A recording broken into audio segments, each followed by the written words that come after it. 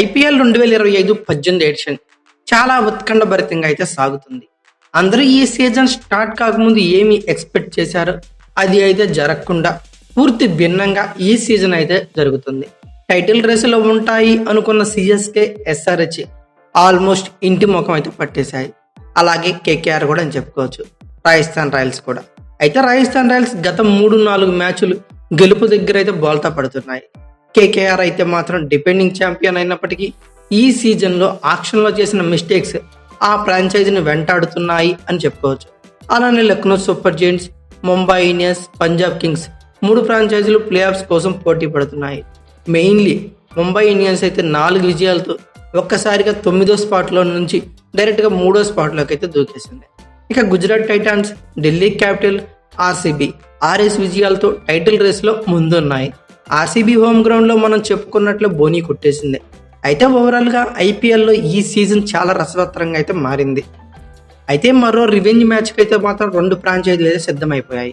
IPL 2025 18 ఎడిషన్లో భాగంగా 44వ మ్యాచ్గా April 26న అంటే శనివారం రోజు రాత్రి 7:30 కేకేఆర్కి హోమ్ గ్రౌండ్ అయిన ఈడెన్ గార్డెన్స్ వేదికగా కేకేఆర్ మరియు పంజాబ్ కింగ్స్లు ఒక టైటిల్ చేంజింగ్ ఫైట్కి అయితే సిద్ధమైపోయాయి.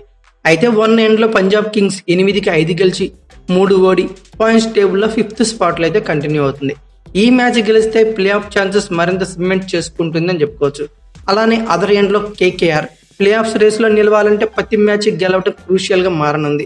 ఆడిన 8 మ్యాచ్ల్లో 3 విజయాలు 5 ఓటములతో ఎగ్జాక్ట్లీ పంజాబ్ కింగ్స్కు ఆపోజిట్గా అయితే ఉంది. అయితే ప్రీవియస్ మ్యాచ్లో అంటే కేకేఆర్ వర్సెస్ పంజాబ్ కింగ్స్కి ఈ సీజన్లో ఆల్రెడీ ఒక మ్యాచ్ జరిగింది. పంజాబ్ కింగ్స్ గెలిచింది. బట్ శ్రేయస్ అయ్యర్కి మాత్రం కేకేఆర్కి మీద ఉన్న పగ కంప్లీట్గా తీరలేదని చెప్పుకోవచ్చు. ఒక బిగ్ రివెంజ్ కోసం కేకేఆర్ మీద శ్రేయస్ అయ్యర్ ఈ రోజు ఆడే అవకాశం అయితే కనబడుతుంది. అయితే ఈ రివెంజ్ మ్యాచ్ జరిగే స్టేడియం డీటెయిల్స్ ఏంటి, పిచ్ రిపోర్ట్ ఎలా ఉండబోతుంది, ఓవరాల్గా వెదర్ కండిషన్ పరిస్థితి ఏంటి, లైవ్ ఎక్కడ చూడొచ్చు, ఈ గ్రౌండ్లో ఐపీఎల్ స్టాట్స్ ఎలా ఉన్నాయి, ఇరువురు టీమ్స్ మధ్య హెడ్ టు హెడ్ రికార్డ్స్ ఎలా ఉన్నాయి, అలానే ఇరువురు టీమ్స్ ప్లేయింగ్ లెవెన్లో ఏమైనా చేంజెస్ ఎక్స్పెక్ట్ చేయొచ్చా, అన్నిటి గురించి ఈ వీడియోలో అయితే మనం డిస్కస్ చేసుకుందాం. ముందుగా ఈ స్టేడియం గురించి మాట్లాడుకుంటే ఇండియాలోనే సెకండ్ బిగ్గెస్ట్ స్టేడియంగా మాట్లాడుకోవచ్చు. ఈ స్టేడియం కేకేఆర్కి హోమ్ గ్రౌండ్గా ఉంది. 1864లో ఈ స్టేడియాన్ని అయితే ఓపెన్ చేశారు. బౌండరీ డైమెన్షన్స్ పరంగా ఒక బిగ్ గ్రౌండ్గా మాట్లాడుకోవచ్చు. బట్ T20 ఫార్మాట్లో బౌండరీస్ లెన్స్ అనేవి చాలా తక్కువగా ఉంటున్నాయి కాబట్టి కొంచెం తగ్గే ఛాన్సెస్ అయితే ఉన్నాయి. ఓవరాల్గా ఈ గ్రౌండ్లో బౌండరీ లెన్స్ పరిశీలిస్తే స్క్వేర్ బౌండరీస్ వచ్చేకి 68 నుంచి 69 మీటర్లు గాను, స్ట్రైట్ బౌండరీ 78 మీటర్లు గాను, బిహైండ్ వికెట్ వచ్చేకి 60 నుంచి 62 మీటర్ల వరకు ఎక్స్పెక్ట్ చేయొచ్చు. ఇక తర్వాత ఆల్ ఇంపార్టెంట్ పిచ్ రిపోర్ట్ గురించి మాట్లాడుకుంటే సరిగ్గా అబ్జర్వ్ చేస్తే ఈ గ్రౌండ్లో పిచ్ సర్ఫేస్ చాలా ఫ్లాట్గా ఉంటుంది. కొంతవరకు గ్రాస్తో నిండి ఉంటుందని చెప్పుకోవచ్చు. Good length, short of length produce అవుతుంది. అలానే ట్రూ బౌన్స్ కూడా చూడొచ్చు. బ్యాట్స్మెన్ బ్యాట్ మీదకి డైరెక్ట్గా బంత్ అయితే వస్తుంది. అంటే బ్యాట్స్మెన్స్ ఎక్కువగా పరుగులు చేసే ఛాన్సెస్ ఉన్నాయి. అలాగే గేమ్ ప్రోగ్రెస్ అయ్యేది స్పిన్నర్స్ బాగా హెల్ప్ అవుతుంది. సో మిడిల్ ఆఫ్ ది గేమ్లో వచ్చేసరికి స్పిన్నర్స్ కీ రోల్ ప్లే చేస్తారని చెప్పుకోవచ్చు. ఇక తర్వాత వెదర్ రిపోర్ట్ గురించి మాట్లాడుకుంటే వర్షాలు పడి ఈ మ్యాచ్లో అయిపోయి ట్విస్టులు అయితే ఏమీ లేవు. హ్యాపీగా 40 ఓవర్స్ మ్యాచ్ శనివారం రోజు ఎంజాయ్ చేయొచ్చు. అలాగే రెయిన్ పడే ఛాన్సెస్ 4% మాత్రమే ఉంది. అలాగే మార్నింగ్ టెంపరేచర్ చూస్తే మ్యాచ్ డేనా 36 డిగ్రీ సెంటీగ్రేడ్ వరకు ఎక్స్పెక్ట్ చేయొచ్చు. ఇక తర్వాత లైవ్ స్ట్రీమింగ్ గురించి మాట్లాడుకుంటే జియో సినిమాలు, డిస్నీ ప్లస్ హాట్స్టార్ ఓటీటీలోనే 2 బిగ్ ప్లాట్ఫామ్స్ అయినా 2 కంబైన్ అయిపోయి జియో హాట్స్టార్గా అవతరించింది. దీంట్లో లైవ్ అయితే చూడొచ్చు, సబ్స్క్రిప్షన్ తప్పనిసరి. అలాగే స్టార్ స్పోర్ట్స్ 2లో టీవీలో చూడొచ్చు, స్టార్ స్పోర్ట్స్ 1లో తెలుగులో టీవీలో చూడాల్సిన అవసరం ఉంటుంది. అయితే వీటన్నిటికి కూడా సబ్స్క్రిప్షన్ తప్పనిసరిగా మాట్లాడుకోవచ్చు. తర్వాత ఈ గ్రౌండ్లో ఐపీఎల్ స్టాట్స్ పరిశీలిస్తే టోటల్ ఇక్కడ వచ్చి 96 మ్యాచ్లు జరిగాయండి. ఫస్ట్ బ్యాటింగ్ వాళ్ళు 40 గెలిస్తే సెకండ్ బ్యాటింగ్ వాళ్ళు 56 గెలిచారు. ఈ గ్రౌండ్లో హైయెస్ట్ టోటల్ వచ్చేకి 262 పరుగులు 2 వికెట్లుగా పంజాబ్ కింగ్స్ పేరట్ అయితే ఉంది. లోయెస్ట్ టోటల్ చూసుకుంటే 49 పరుగులకే ఆర్సీబీ ఈ గ్రౌండ్లో ఆల్అౌట్ అయింది. అలాగే ఈ గ్రౌండ్లో హైయెస్ట్ రన్ చేసి చూసుకుంటే ప్రీవియస్ సీజన్లో అంటే 2024లో కేకేఆర్ మీద పంజాబ్ కింగ్స్ 262 పరుగులు 2 అయితే చేజ్ చేసింది. ఇక లోయెస్ట్ టోటల్ డిఫెండ్ చూసుకుంటే కేకేఆర్ 131 పరుగులు డిఫెండ్ చేసుకోగలిగింది. అయితే ఫస్ట్ ఇన్నింగ్స్ యావరేజ్ స్కోర్స్ ఈ గ్రౌండ్లో 166 పరుగులుగా ఉంది. తర్వాత ఇరువురు టీమ్స్ యొక్క హెడ్ టు హెడ్ రికార్డ్స్ పరిశీలిస్తే వీళ్ళిద్దరి మధ్య ఇప్పటివరకు 34 మ్యాచ్లు జరిగాయి. కేకేఆర్ 21 గెలిస్తే పంజాబ్ కింగ్స్ కేవలం 13 మాత్రమే గెలిచింది. బట్ 2025 అంటే ఈ సీజన్లో ఒకసారి తలబడితే అది కూడా పంజాబ్ కింగ్స్ డామినేషన్ అయితే కనబడింది. పంజాబ్ కింగ్స్ గెలిచింది. ఇది కేకేఆర్కి రివెంజ్ మ్యాచ్ అయినా పంజాబ్ కింగ్సే బలంగా ఉంది. అలాగే ప్రీవియస్ సీజన్ 2024లో కూడా పంజాబ్ కింగ్స్తో పై చేయిగా మాట్లాడుకోవచ్చు. ఎందుకంటే అక్కడ జరిగిన ఒక మ్యాచ్లో కూడా వాళ్ళే గెలిచారు పంజాబ్ కింగ్స్ వాళ్ళు.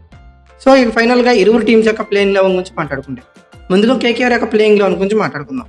పేపర్ మీద చాలా చాలా చాలా స్ట్రాంగ్గా కనబడే ఒక వీక్ టీమ్గా మాట్లాడుకోవచ్చు కేకేఆర్ గురించి. ఒక్కొక్కసారి 200 పరుగులు అనేది చిన్న మాట, ఒక్కోసారి 100 పరుగులు చేజ్ అనేది కూడా కష్టమైన మాట. సో ఓవరాల్గా కేకేఆర్ ఆడే ఆటలో కన్సిస్టెన్సీ అయితే లేదు. కొద్ది గొప్ప బౌలింగ్ యూనిట్లో చాలా ఇంప్రెసివ్గా అనిపిస్తున్న ప్రీవియస్ మ్యాచ్లో వాళ్ళు కూడా లై తప్పారు. ప్రీవియస్ మ్యాచ్లో బిగ్ చేంజెస్ అయితే చూసాం, బట్ నో యూజ్గా మాట్లాడుకోవచ్చు. యాజ్ యూజువల్గా ఇదే బౌలింగ్ యూనిట్ని అయితే కేకేఆర్ వాడే ఛాన్సెస్ అయితే ఉన్నాయి. ఇక పేస్ యూనిట్లో వైభవ్ అరోరా, హర్షిత్ రాణా, అలాగే ఆండ్రూ రసెల్ వీళ్ళే నడపనున్నారు. బట్ వీళ్ళ టీమ్స్కి మంచి మంచి బ్రేక్స్ కావాలంటే డెఫినెట్లీ ఆండ్రూ రసెల్ బంతితో రాణించక తప్పదు. అంటే కొద్దిగా బౌలింగ్ చేసేటప్పుడు 15 ఓవర్ 14 ఓవర్ బౌలింగ్ చేస్తాడు.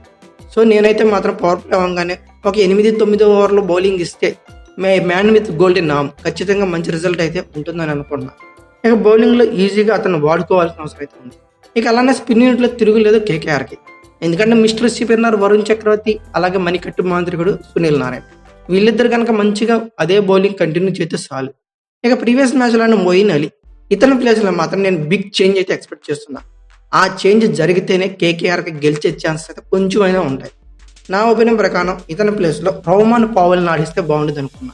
ఇక దీంతో Andrew Russell, Sunil Narayan, Rovman Powell West Indies ట్రయోతో match గెలిచే పాసిబిలిటీస్ కొంతవరకు పెరుగుతాయని చెప్పుకోవచ్చు. ఈ మ్యాచ్ అయితే ఎవరు గెలిచినా సరే ఒక టఫ్ ఫైట్ ఇవ్వాలంటే ఖచ్చితంగా రోమన్ పావెల్ అనే వాళ్ళు ప్లేయింగ్ లెవెన్లో ఖచ్చితంగా ఉండాలి. ఈ బిగ్ చేంజ్ అయితే ఖచ్చితంగా కావాలని అనుకుందాం. అలాగే ప్రీవియస్ మ్యాచ్లో బిగ్ చేంజ్ ఏంటంటే క్వింటన్ డికాక్ను కాదని రమణ గుర్బాజ్ని అయితే ఆడించారు. యాక్సెప్టబుల్ మూవ్ అని చెప్పుకోవచ్చు. అంతగా ఇంపాక్ట్ చూపించలేకపోయినప్పటికీ ఫస్ట్ మ్యాచ్ కాబట్టి కొంచెం టైం తీసుకోవచ్చు. రమణ గుర్బాజ్ మంచి బ్యాట్స్మెన్ అని మనకు అందరికి తెలిసిందే.